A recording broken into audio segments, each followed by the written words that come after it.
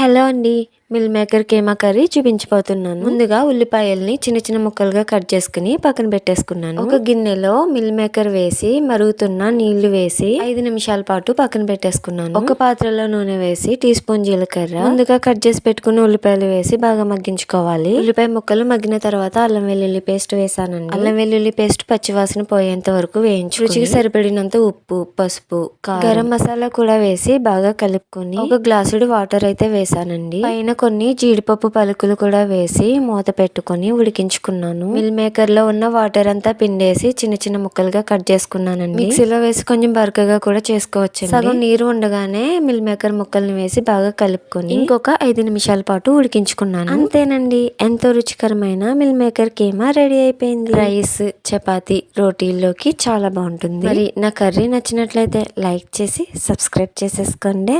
ఉంటాను మరి, bye bye.